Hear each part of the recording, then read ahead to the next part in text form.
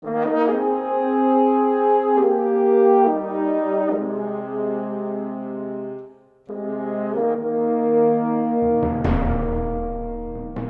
everybody, Mark Davis, John David Wells, continuing the 660 AM Veteran of the Month, joined by our great friends at Patriot Mobile. Go to patriotmobile.com, 1-800-A-PATRIOT, a conservative cell phone company. How great is that? And JD and Joe are here, and our very, very special guest is as well. Joe Tetradyne from Patriot Mobile is joining us, and he is going to present this beautiful plaque to a very super human being. Yes, we're very excited to be here and thankful for this opportunity to honor such a great American hero. It's Don Copeland, Navy veteran, World War II. Elsewise, here in this entire video exploit, we're going to talk and ask some questions and get some history from Don. So join us for that, and make sure, as you look to do business with people who share your values, find yourself a conservative cell phone company. It's Patriot Mobile, patriotmobile.com, or 1-800-A-PATRIOT, like this guy. It's the Patriot Mobile Veteran of the Month, and we are very, very honored to have a World War II veteran, 91 years young. He is Don Copeland, who served with the United States Navy. Welcome, Don. Thank you. It's wonderful to have this gentleman here, and it's been a long, wonderful lineage. We find ourselves back in the World War II era again for Don Copeland. Very proud to make him our Patriot Mobile Veteran of the Month. So you went in 1943 when you were 17. Now, my dad went in the Air Force when he was 17. Didn't you kind of have to be 18? Did we fudge the records a little bit here? What did you do to get into the military? Yeah, we had to fudge the records. No complaints at this point. And what was the mood like? I mean, in 1943, you know, things were really thickening in the war. Pearl Harbor was just in the very recent backdrop, and a lot of young men like you were thinking about signing up. What made you think about your involvement? Well, I had that flag waving, I guess. I thought my brother had went in a year ahead of me, and I thought I had to go too. So. Where were you growing up at the time? Where were you? Arkadelphia, Arkansas. Mm-hmm. Sir, where did you serve? Did you serve in the Atlantic or the Pacific? Pacific. Pacific. Tell us about that. Tell us about some of the battles and surface battles you saw. Well, the mainest battle we went through was the Sargos Straits Sea Battle, where we met the Jap fleet coming up the straits, and of course we got rid of all of the fleet, and we had credit for doing the most damage to the battleship Yamashiro. We put a torpedo in it. Now, you were a radar operator, and that was relatively new technology in 1943. How did you find it? Did you think it was magic? What did you think about? I mean, a lot of people, when they first saw radar, could not believe what they were seeing. I really didn't have any choice. Out of boot camp, they picked 12 of us. That's what it took for a destroyer, and sent us to Point Loma, to radar school. Of course, we didn't even know where we were going when we left boot camp.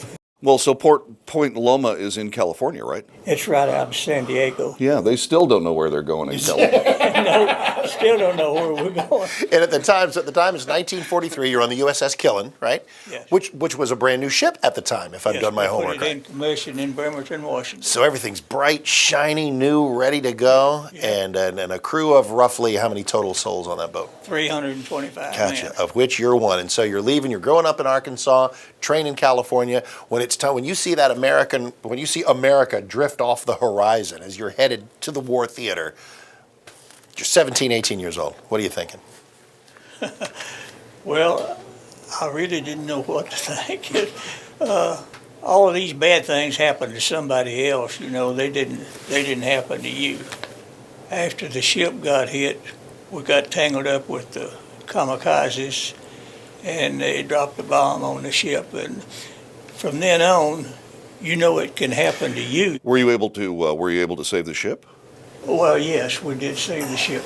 Outstanding. Great work. Damage control work. Indeed. And so as you're telling this, when I think of kamikazes, I'm thinking of, the last 10 World War II movies I've seen.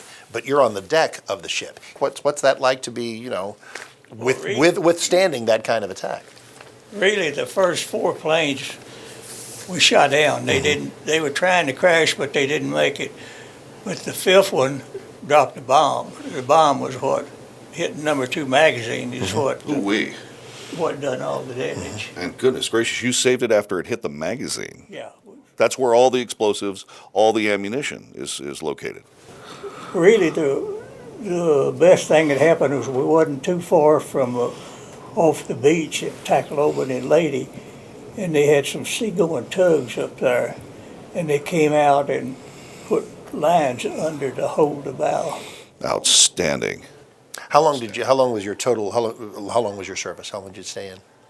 3 years.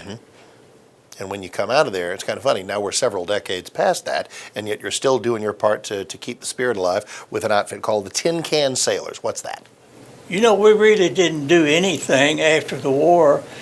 Even my family didn't know anything about what happened until the late 80s, and it seemed like everything picked up. We started having ships reunions. That's when the Tin Can Sailors came in.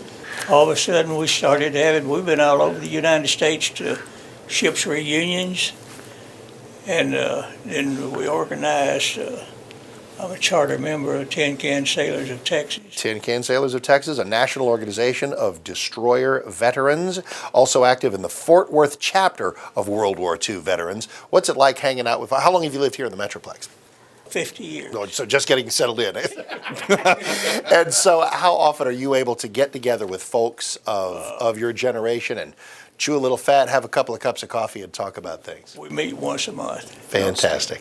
Don, it's great to have you here. It's a privilege to meet you. Thank you very much for all of your service to this great nation, and congratulations on being the Patriot Mobile Veteran of the Month. Congratulations, my friend. Thank you, sir. That is Don Copeland, my buddy John David Wells, and again, we're so glad to have the partnership with Patriot Mobile. It's funny, we do the commercials all the time, 1-800-A-PATRIOT. This is what A Patriot looks like at patriotmobile.com. But what we're talking about is all the efforts to move the ball downfield in the direction of our values. Patriot Mobile is a conservative cell phone company, help you do just that. So we thank them. JD, we thank you. And Mr. Copeland particularly, we thank him for being our Patriot Mobile Veteran of the Month at 6:60 a.m. The Answer.